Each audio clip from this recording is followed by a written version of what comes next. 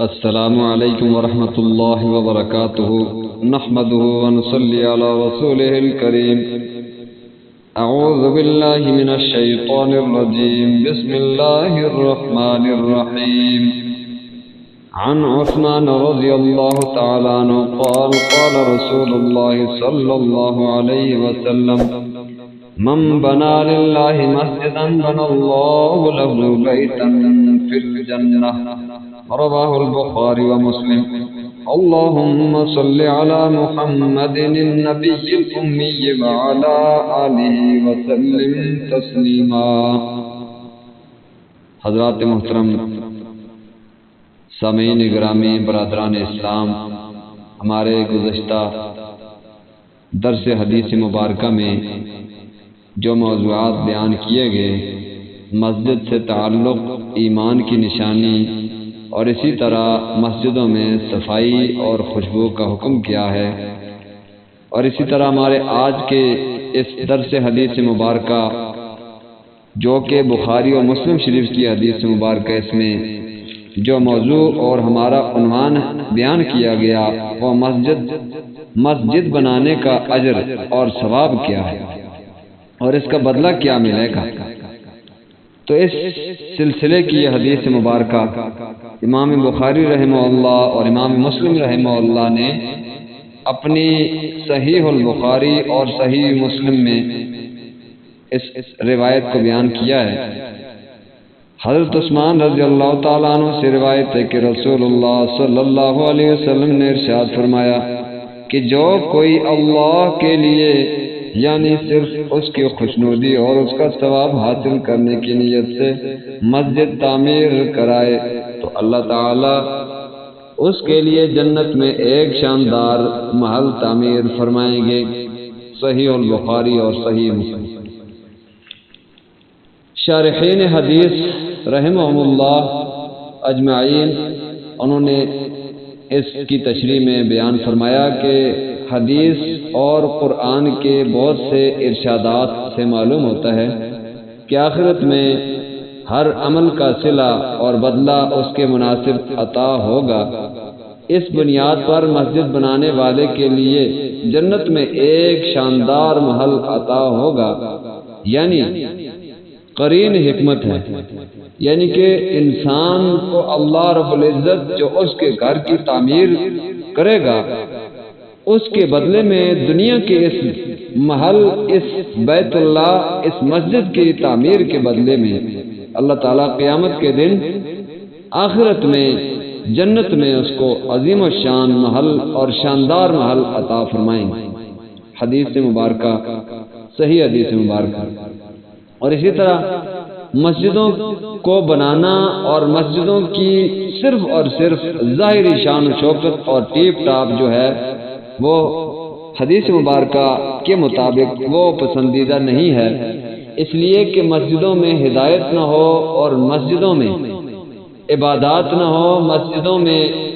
مسجدوں کو آباد نہ کیا جائے، مسجدوں کی جو وہ ضروریات کا خیال نہ رکھا جائے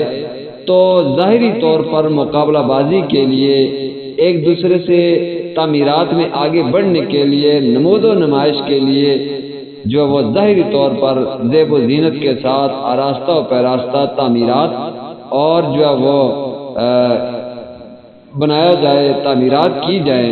اور عمارتیں جو قائم کی جائے، کھڑی کی جائیں بلند و بالا، تو ایسی مسجدوں کے بارے میں حضور صلی اللہ علیہ وسلم کی حدیث مبارکہ جو ابو داود شریف میں،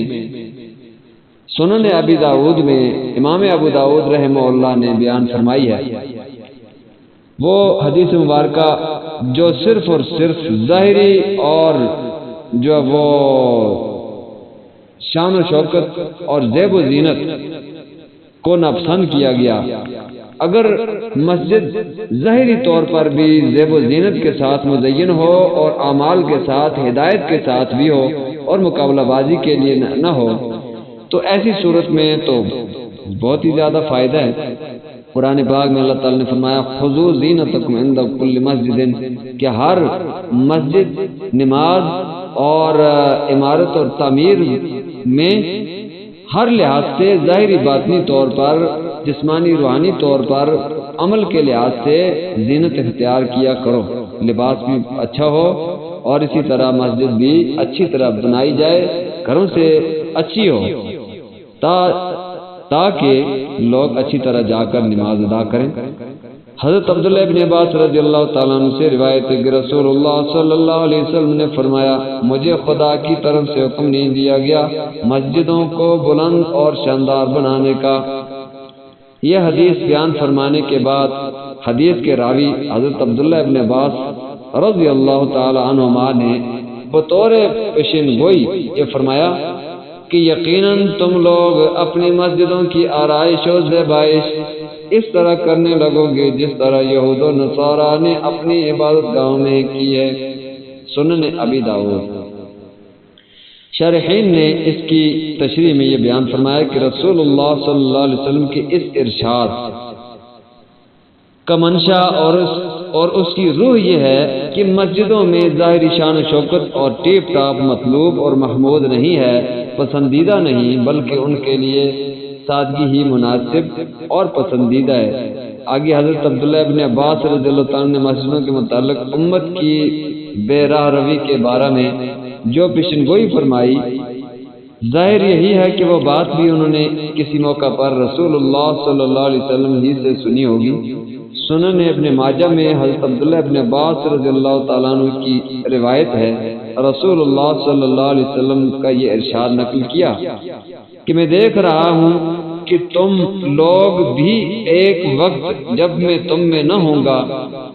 اپنی مسجدوں کو اسی طرح شاندار بناؤ گے جس طرح یہود نے اپنے کنیسے بنائے ہیں اور نصارہ نے اپنے گرجے بنائے ہیں۔ تو زیب و زینت ان کو دی لیکن اندر ہدایت اور ایمان نہ ہو تو کنیسوں اور گرجوں کا فائدہ نہیں۔ اسی طرح مسجدوں کو ظاہری طور پر جو رنگ اور زیب و زینت کے ساتھ مزین کیا ہو، ان کی ڈیکوریشن کا بڑا انتظام کیا ہو، لیکن اندر سے ہدایت سے خالی ہوں، عبادات سے خالی ہوں، نمازیوں سے خالی ہوں، تو ایسی ظاہری جو شان و شوکت، ظاہری زیب و زینت یہ پسندیدہ نہیں ہے۔ مسجد سادی ہو لیکن اگر نمازیوں سے بری ہو، ہدایت سے بری ہو اور اسی طرح عبادات سے بری ہو، نیک اعمال سے بری ہوئی ہو، تو وہ مسجد جو اللہ کے ہاں بہت ہی زیادہ پسندیدہ، اس کی تعمیر پسندیدہ، اس کی تمام جو وہ امور معاملات جو ہیں ان کے انتظامات وہ پسندیدہ ہیں۔ اللہ تعالی ہمیں مسجدوں کو بنانے لیکن مسجدوں کی زیادہ سے زیادہ جو ہے وہ مسجدوں کو زیادہ سے زیادہ آباد کرنے کی توفیق عطا فرمائے۔ جزاکم اللہ۔ ہمارے یوٹیوب چینل مفتی محمد اظہر سپیچز کو زیادہ سے زیادہ جو وہ شیئر کریں، لائک بھی کریں اور اسی طرح جو وہ ویڈیو کو زیادہ سے زیادہ شیئر کریں۔ ہمارے یوٹیوب چینل کو ضرور سبسکرائب کریں اور اسی طرح فیس بک پیج پر ہوں تو مفتی محمد اظہر کے نام سے ہمارا پیج، اس کو ضرور فالو کریں۔ السلام علیکم ورحمۃ اللہ وبرکاتہ۔